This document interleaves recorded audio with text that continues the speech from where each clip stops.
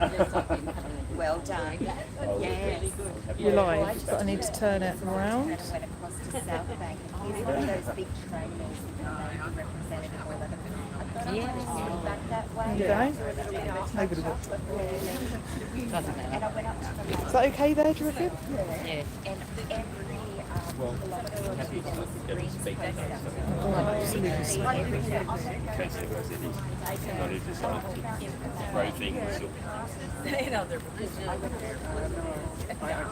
everyone ready? Everyone ready? Cheryl, we're starting. Wait, everyone. Everyone?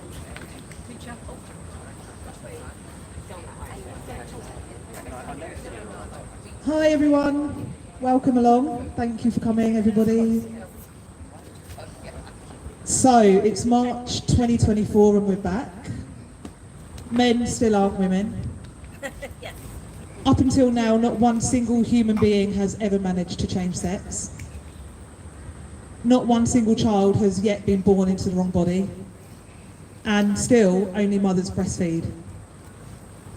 And that's the real personal one for me, the breastfeeding one, which is just making me insane.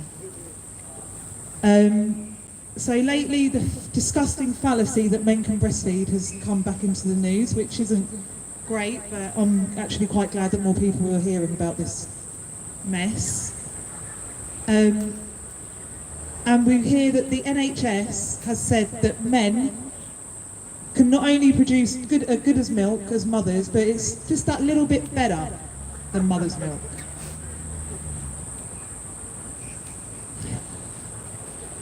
So these institutions that are there that are put in place to support and protect mothers and children, like the NHS and Australian Breastfeeding Association, the very people that are going against what is best for mothers, endorsing paedophilia, which is what it is. The real question isn't even if this milk is good enough. We all know it's not. It's paedophilia. Clear and simple. We should stop there. Men breastfeeding babies is paedophilia. Absolutely. And because the institutions that are meant to keep us safe aren't doing that, we have to stand outside Brisbane Parliament and tell them that only mothers breastfeed. It's insanity. And we will be seeing a lot of research coming out in support of this in the future, so get ready for that, affirming that dad's milk's best. And we've all been very much primed to trust the science, haven't we? So trust that science. So, sorry, this makes me so angry. Breastfeeding a baby is a full-time job, and I haven't once heard about a so-called trans woman feeding a baby for the first 6 months of its life. They all do it for about 5 minutes and get off on it, and they tell you that as well. So when they do tell you who they are, listen. This was written in 2017 by a paedophile trying to breastfeed a baby. He says, breastfeeding is freaky, not the sucking bit. You're reading The Stranger, so odds are you've had a titty sucked at some point in your life. No, it's because when my baby attached to my breast, there was an incredible chemical cascade that ran through my entire body like lightning. Imagine the most electric thing a partner has ever done to you, then multiply it by 10. I could feel my brain rewiring, creating pathways that would permanently connect me to my child. And yeah, I kind of got off on it, don't judge. There's not one single woman's bodily function or part of life that these men won't take and fetishise. And it's up to people like us to stand up and say no, which is why there's so much opposition towards us, because we're saying no to men's sexual fetishes. How is this possible? This is a war on women, this is a war on mothers. The demographic that paedophiles hate the most is mothers. We are the first line of defence to our babies. As you've noticed, I've got my baby with me. I need to breastfeed him if he gets hungry. So this is a war on women. And we will go to the ends of the earth to make sure that our babies are safe. We will never capitulate, and we will always say no. Only mothers breastfeed. Thank you.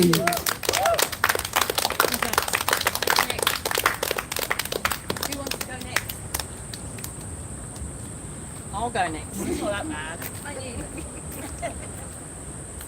Okay, I'm going to talk about something that we discovered just recently.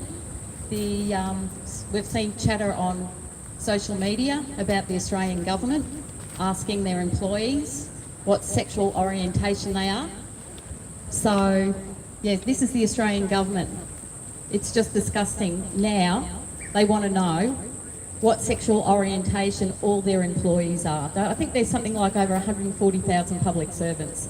So if it's happening in the federal public service, is it happening in state public services as well? I would imagine that it probably is, because ACON's behind the survey. So if not only that, they were also asked, do you believe there are more than 2 genders? Why does the government need to do that unless they're profiling staff? And if you believe there aren't more than 2 genders, then basically you need further indoctrination. So it's quite disgusting, and I think Anthony Albanese and all politicians need to ask, what the hell do you need that information for, and what are you going to do with it? And why is that information going to ACON? What are they going to do with it? So I'd also like to know, are politicians asked what sexual orientation they are? Because if you're going to ask public servants, then every single politician should be asked. So it's just getting worse, and we need to stop this. And not only that, asking those questions is breaking the law. You know, why does diversity, equity and inclusion, they don't have to abide by the law? It just doesn't make sense. So anyway, that's just another thing that people are going to have to contend with. I wonder if in the next census, every single Australian's going to be asked what's your sexual orientation, so they know who you're sleeping with. So if we don't do something now, like Leah said, it's a war on women, it's also a war on children. And, you know, they're getting further and further and closer to the kids while adults step back and allow these predatory men to have access to kids. It's just wrong.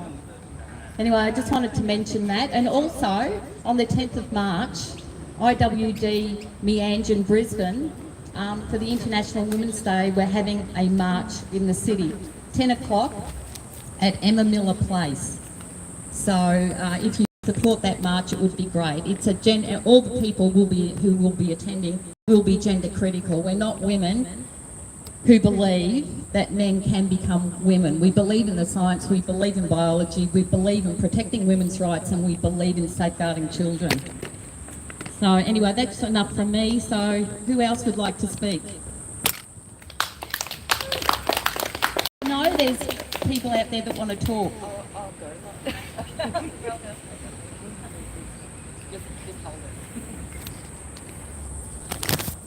I can't change it to landscape mode. To what? Landscape mode. Oh.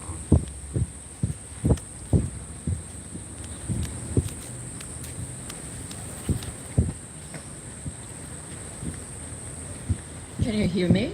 Yes. This is my debut. I'm very nervous. So I'm actually just going to read what I've written, okay? Thank I may you. not give you much like it. Up? Okay. Pretend it's an ice cream that you're licking. Okay, got it. Recently, we've seen an increase in the number of research studies and professional recommendations that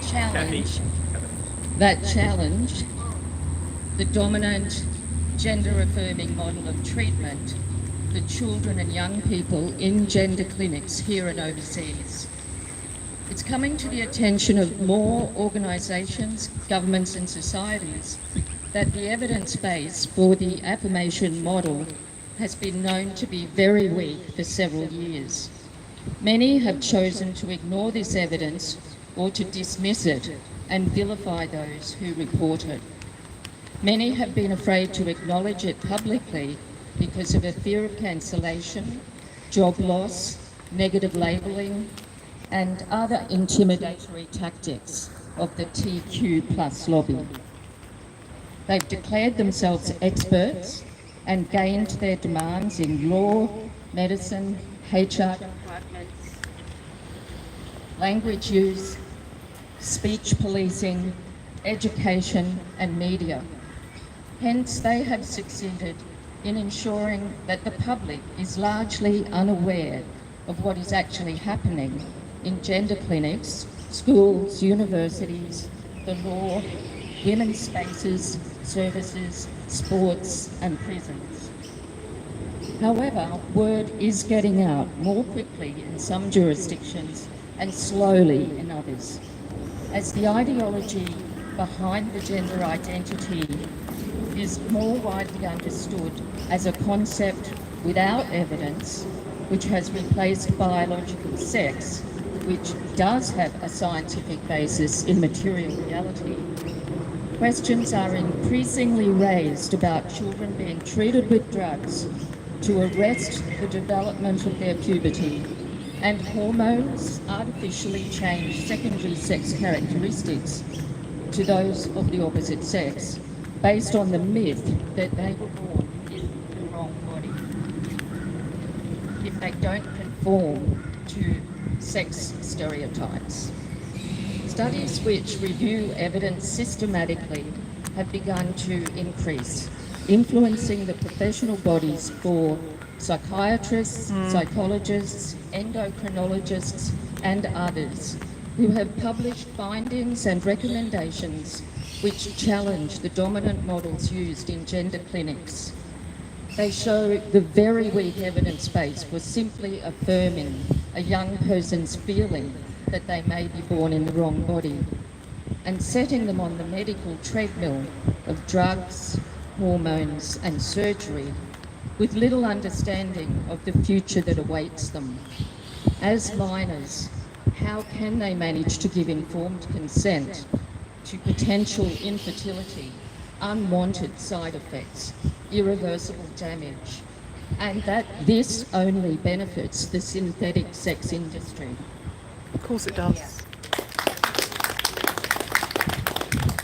The stories of those who desisted realised the truth that humans cannot change sex, and in some cases brought legal cases against clinics and medics are growing in numbers. And some mainstream media is picking up some of the reporting from professional associations and credible authoritative research, challenging the myths which have been used to portray the medicalising of children as life-saving. One such myth is that without puberty blockers, wrong sex hormones and surgery, there is a high rate of suicide.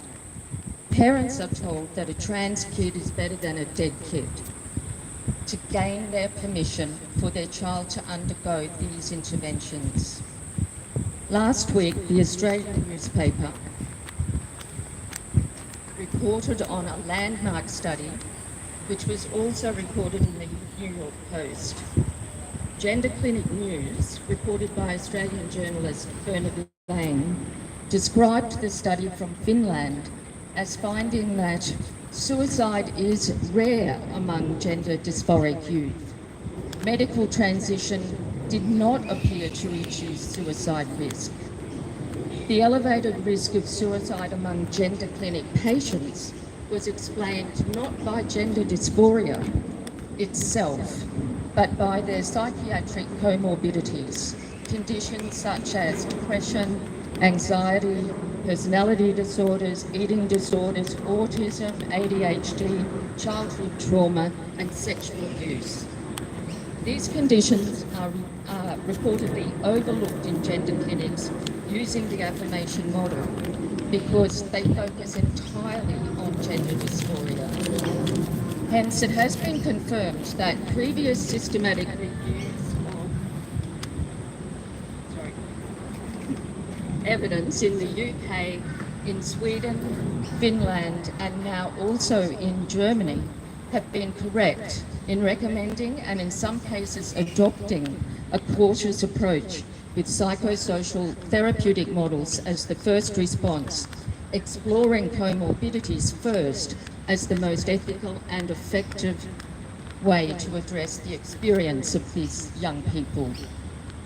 Previous studies have shown that if left alone, allowed to experience puberty, the majority of children go on to live healthy lives as gay or lesbian young people, a number as heterosexuals, and a tiny minority require treatment for their gender dysphoria.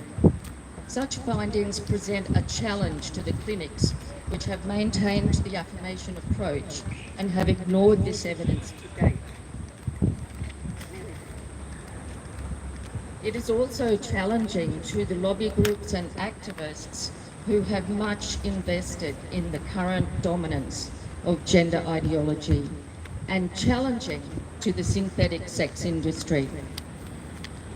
When mainstream media begins to report on reality from very credible sources, and when legal cases challenge the erasure of sex-based rights in favour of so-called gender identity, there is a pushback.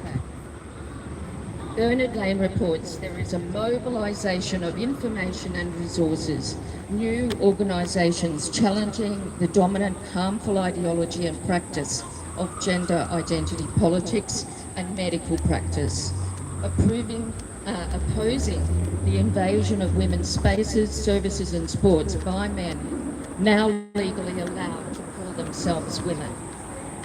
There's more dialogue and inquiry. Overseas, there have been policy and procedural changes which threaten the current arrangements. He warns that it will be uneven and unpredictable process, complete with pushback. We have been witnessing pushback every time women attempt to speak about their sex-based rights being eroded or eliminated. With every step forward, there will be stronger pushback. Many have much to lose.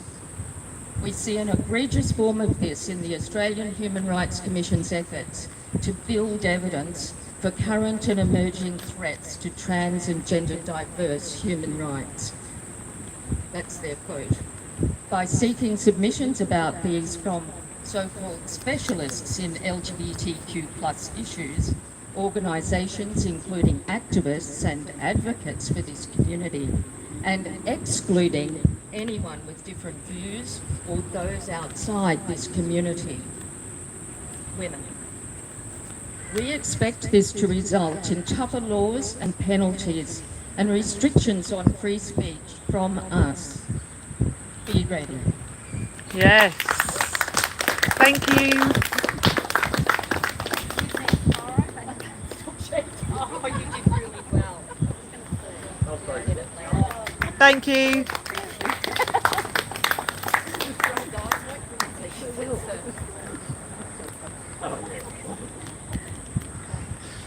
Hello. Is that all right? Yep. Yeah. Okay. Thank you. That was wonderful. And actually, I was going to talk about the Australian Human Rights Commission and how it only represents trans ideologues. But when Sue said, "Oh, you can speak," and I said, "What about anything?" Unfortunately, that gave me huge panic, so I wrote anything about everything. But I found a wonderful, interesting story. Okay, sorry. I found a very interesting story from 2019 on ABC Online. This is our ABC Online that has previously written fawning articles about a private company that made breast binders. So that's our ABC. Anyway, so sorry. Basically about a trans activist at the New South Wales Gender Centre who was involved in the Transgender Days in Remembrance every November 20th. He was quite upset because he couldn't find enough dead trans bodies. So for a 10-year period that he was doing this event, he could only find 2. So I would have thought, great, if only 2 women were killed at some point, I would say, fantastic, we're getting somewhere. He was not happy.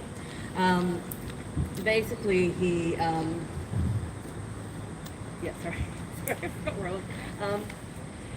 basically, he went back. The International Register of Murders of Transgender People is supposed to only go back 20 years. He went back 20 years and he couldn't find more than two who were killed. So then he went back to lesbian and gay archives, I think in Melbourne, and he found some things that he decided to say were transgender, murders of transgender people. What actually it was one 1976 murder of a man who dressed as a woman, so perhaps a cross-dresser, perhaps gender non-conforming. He decided to put that down as a trans murder. And the interesting thing is that when he found this archive of murders from 1976 to 1984, which had previously not been counted, he said, I was so excited. I struck gold. Okay, so is this a normal reaction to Whenever I put it in finding there, out it that goes, can this go this way? the next thing he found out was that a lot of the family members of the men who had been Just don't press killed that rock button. said actually these people weren't trans. They weren't trans at all. So what he decided to do was what they do decide to do, which is just ignore it and add 15 names to the 2 names that had been basically, the only 2 names for 10 years. Also, the International Register of Trans Murders is only supposed to go back 20 years. But obviously, Australians were very competitive. Brazil had had 800 in the last 10 years. Australia only 2, so he just wanted to, I guess, catch up. But for me, it was just a really interesting look into the mindset of how much they want to be a victim and how much they lie, because of all the things that I dislike about the trans lobby, I will not call it a movement because it's not grassroots. The biggest thing is that they lie. They lie about everything. And going back to this Human Rights Commission thing, as you mentioned, it's mapping threats to trans and gender diverse human rights in Australia. Now, if you're a little bit gender diverse, a masculine woman or a feminine man, this is not about you. This is about trans. And they basically only have asked experts, which is never going to be a gender critical person. I think any one of us is an expert on the dangers of trans ideology. But you know what they're going to get. They're going to get, 30, 40 submissions, which are all going to mention dangerous turf rhetoric. Dangerous turf rhetoric, such as saying, I think women should be able to have their own sports. Or perhaps 14-year-old girls shouldn't have to swim with a 50-year-old man. But that's basically what they're doing. We do remember the Australian Human Rights Commission does want to replace the definition of sex with gender ideology as sex. So does the Queensland Human Rights Commission. And if anyone feels like going down a little rabbit hole, going back quite a few years, there are Queensland Human Rights Commission cases where, for example, a girl goes to an all-girls school, suddenly decides she's a boy, her name is Aiden, whatever, and when the school doesn't make the accommodations necessary to give her her own bathroom, her own uniform, her pronouns, etc., schools have been taken to court. Religious schools have been taken to court, and we know that some religions do not believe in gender identity. I'm not religious in the least, and I do not believe in gender identity. We used to have a right to a political opinion, but now between the Human Rights Commission, the government, Shannon Fenton, etc. God, I call her fentanyl. Sorry, Shannon Fentiman. Between all these people, and between hate crime laws that may be coming up, between conversion therapy laws, this is basically saying unless you are the less than 1% of privileged people whose lobby group seems to be hell-bent on taking away everyone else's rights, we're not listening. So we have to keep talking. We have to keep talking to regular people, cornering politicians. There's some Labor people around the corner down the road. I want to go corner them after and talk about gender identity. We need to talk about it. People don't know about it, but yes, I just thought those 2 stories absolutely encapsulate the anti-democratic and completely lying character of the trans lobby. So that was all. Thank you.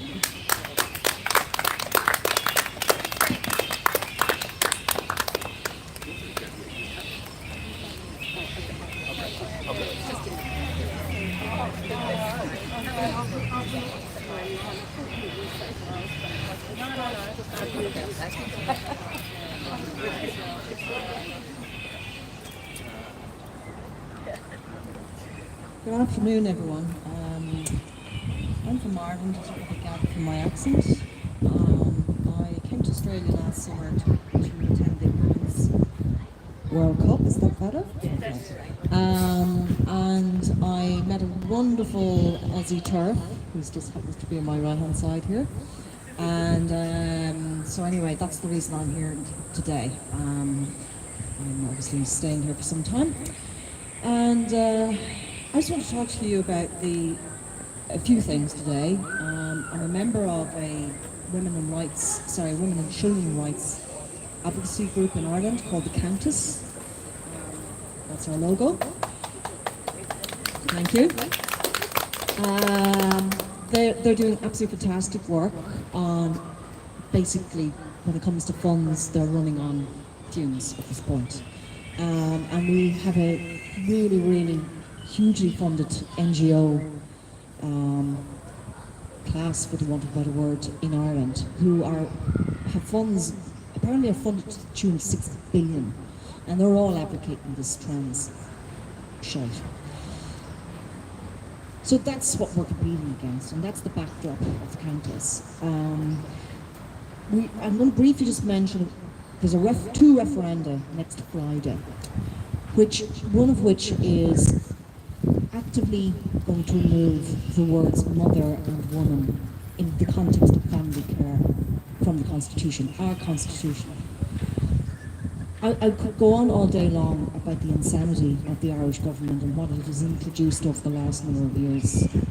They've basically ripped to shreds any cognizance of the family unit. They're continuing to undermine women's rights. And as I said, they've got their little minions running around advocating this stuff in the institutions, in the civil service, in schools, third level institutions.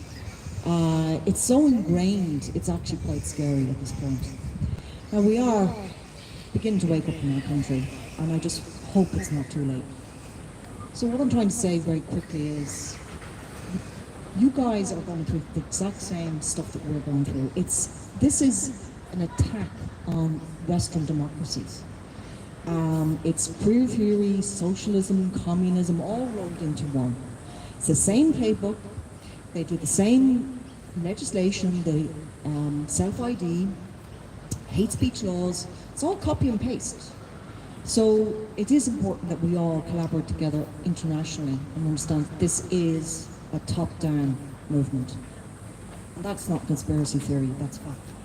Anyway, I'm going to just quickly refer to a couple of things that have happened over the last week in the world of trans insanity.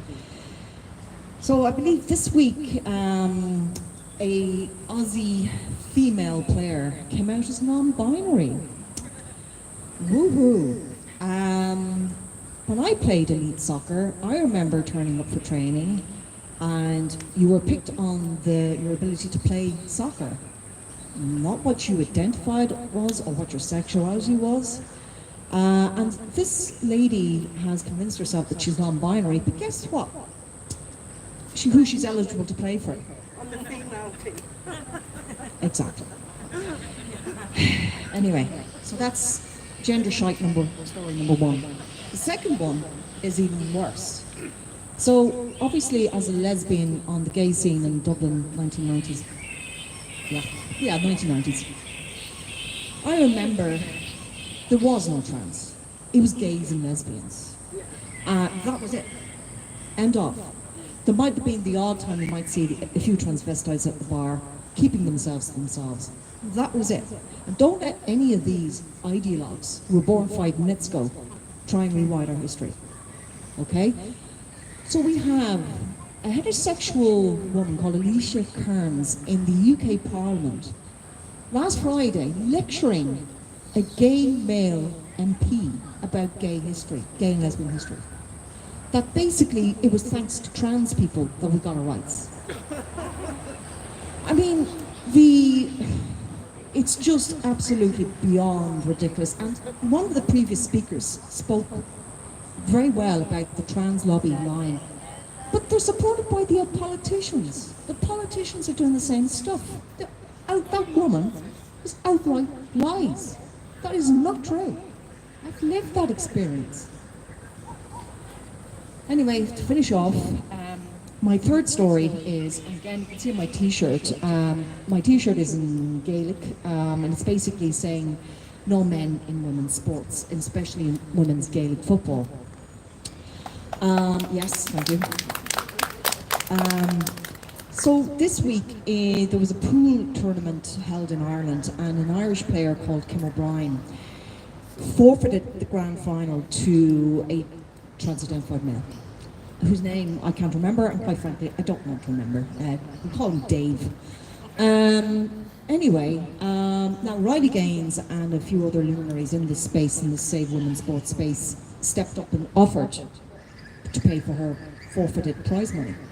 That's fine, and it raises awareness. But there's a big problem here. We have it in our country, and we have pretty well in most Western countries, these men LARPing as women, just taking our medals, taking our places. So what do we do about that? Do we just continue to lobby the sporting institutions? I know in Sports Ireland, who govern sporting organisations in Ireland, are just sitting on this, where we've been waiting for months to come out with a policy, a transgender policy, just tumbleweed at this point. Quite frankly, it's getting to the stage where I would be nearly advising teams that are in leagues where these men are coming in invading women's spaces in sporting arena. Just withdraw. And set up your own leagues. Set up your own leagues.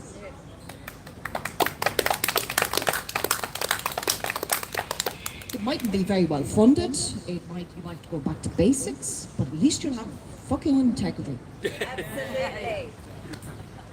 And on that note, I would like to thank the Lord that it didn't rain today. I was a bit scared it would rain, but you've had, it's a lot warmer than it is back home. I think it was with snow this week. So it was actually quite nice to be in this nice, lovely, beautiful, warm weather.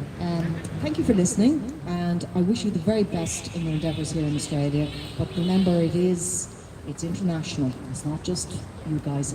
We're all in it together. Okay? Thank you. We are so lucky to have Gemma. She's now on Australian turf. So she's not going back to Ireland. We're keeping her. Who else would like to go? Edie? Here's Edie from Welcome to the Dollhouse. Hello. Am I in the right spot? Am I in the... Move a little bit that way. Stand in front of penises. Yep. That's my favourite place. All right.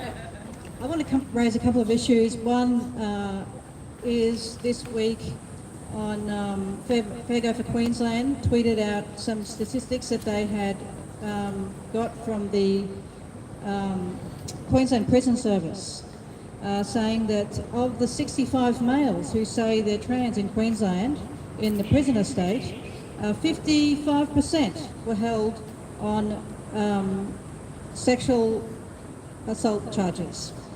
Now, that seems like identify prisoners that are held in Her Majesty's prisons are sex offenders. Of the male people in the estates, in the prison estates in the UK, 20% sex offenders. We go now to Canada. We get the Canada statistics up here. 45% of trans-identified males that are held in prisons in Canada are sex offenders. What we're trying to point out with this is not to say that trans people are sex offenders. It's to say of the prisoners they have a higher rate. People who identify, cross-sex identify, men who cross-sex identify, are more likely to cross women's boundaries.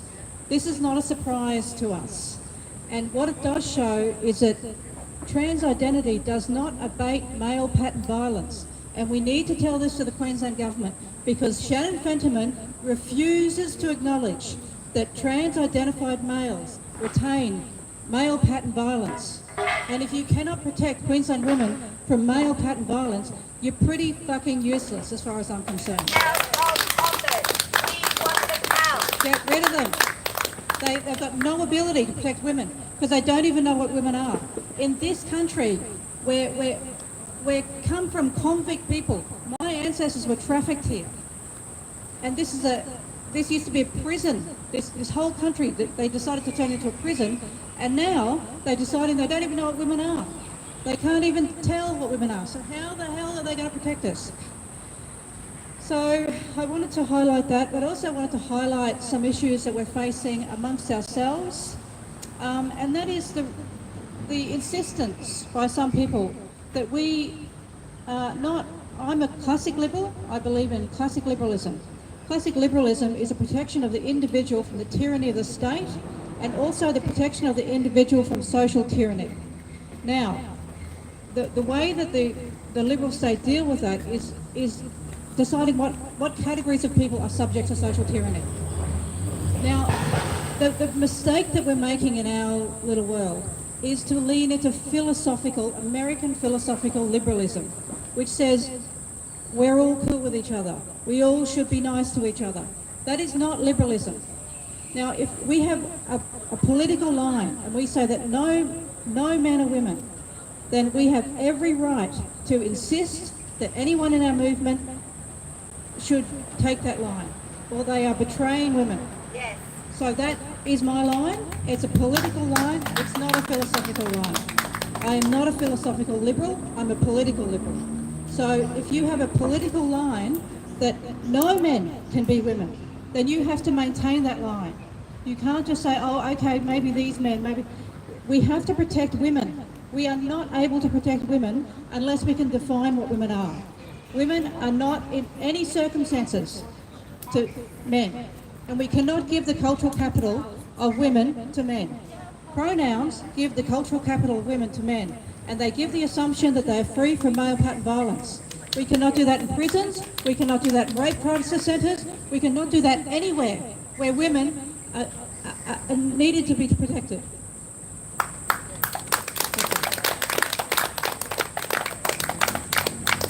And we cannot do that in polite society.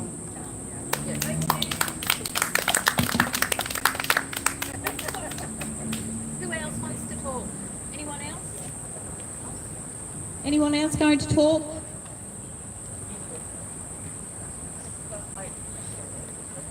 I might ask you to delete this. Yes. Okay. Oh, no, It's live. It's live. Hang on a moment. What we'll do is after we close off, we'll have you speak. Okay, have we got anyone else that's willing to speak?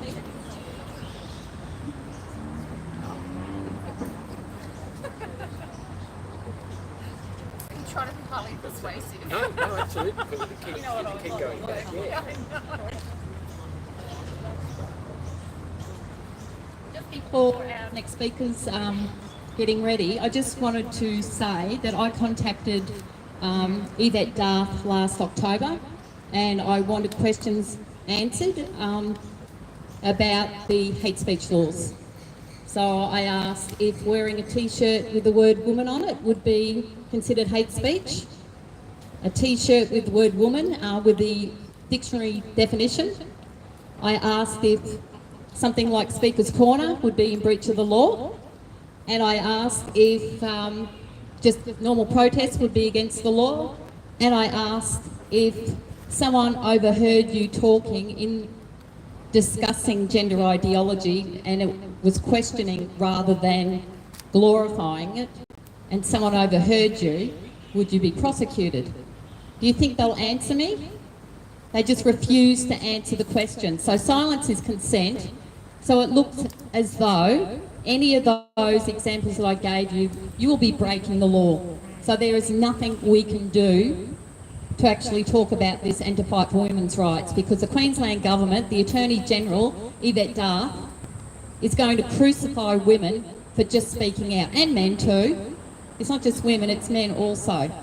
So I did ring the Queensland Government to find out, because they weren't responding to my emails, when I could expect a response. They gave me the runaround for 37 minutes and that wasn't on hold.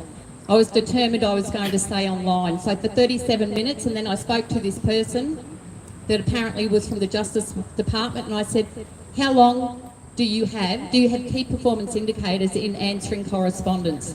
He stupidly said, I don't know. Every public servant would know that you have key performance indicators. And then he said he would try and find out how the response to my questions was going. He'd ring me back. That was about 4 weeks ago.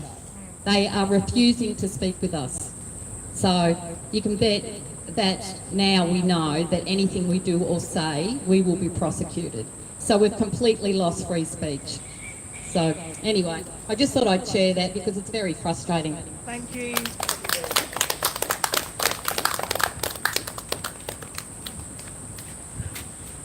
Hi, I'm Kaylee, lesbian.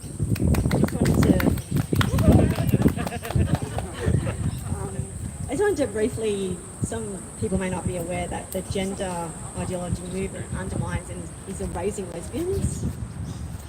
I mean, if society can't define what a woman is, how could we define what a lesbian is? So historically, lesbians have always been a threat to the patriarchy, as obviously we don't censor men in our universe. And the gender movement obviously alters language and meaning of words and forces these changes into society. It claims that sexuality is fluid and demands that everyone be queer or transgender. This renders lesbians, which are obviously everyone knows, same-sex attracted females, pretty much invisible in this movement. So, and if we start to look into places and spaces of lesbians, gender ideology has replaced the word lesbian with words such as queer, sapphic, women-loving women. You only have to search for lesbian groups, spaces on social media to see the erasure of the actual word lesbian. So this is forcing, especially young lesbians, into almost a queer identity if they want to be part of the community. Which then makes them, they have to go around with a queer identity, and which kind of almost forces them into sexual and intimate relationships with other queer or trans people as opposed to same-sex attracted lesbians. We're very concerned about young lesbians in society. They've just got absolutely nowhere to go, and if they claim to be same-sex attracted, they're transphobic and just completely ostracised from any sense of community that myself and Jim have grown up with. I myself, about 5 years ago, was ostracised from Facebook spaces and social media spaces for saying men can't be lesbians and males should not be in our safe spaces. I was just completely ostracised, banned, deplatformed. Another example is Stonewall, which is supposed to be an advocate for gays and lesbians. Over the last 6 years, the word lesbian has appeared only 16 times in any of their writings or articles. 6 years. And I mean, this is just a similar pattern with all the other NGOs and supposedly LGBT plus organisations set up to advocate for us, and they simply don't. I don't know if anyone's also heard of cotton ceilings. Yeah. So it's referring to the cotton of a lesbian woman's underwear. The term was coined by a trans activist, male, Tim, to describe lesbians' refusal to have sex with men. According to the theory, lesbian sexual boundaries oppress men and are a cotton ceiling to break through. So, I mean, this is just woke corrective rape and conversion therapy, pretty much, of lesbians. So we're currently in a political climate where any man can identify as a lesbian and enter our spaces. Any predatory man.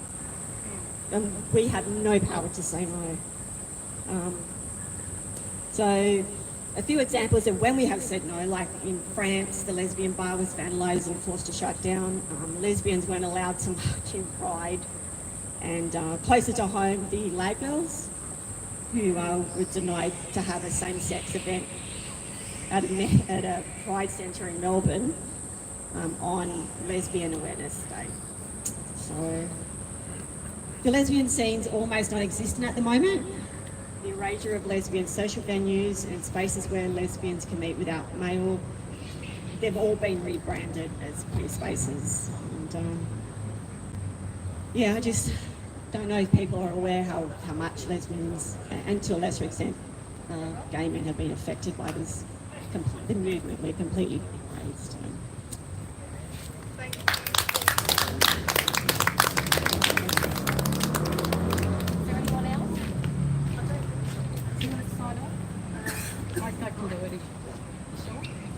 Okay, everyone's spoken now, so I'll just quickly go around. There's not anyone else that wants to speak.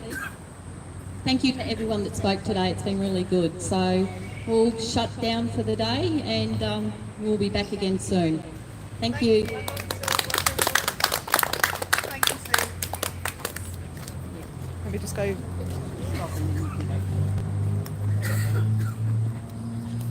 Okay.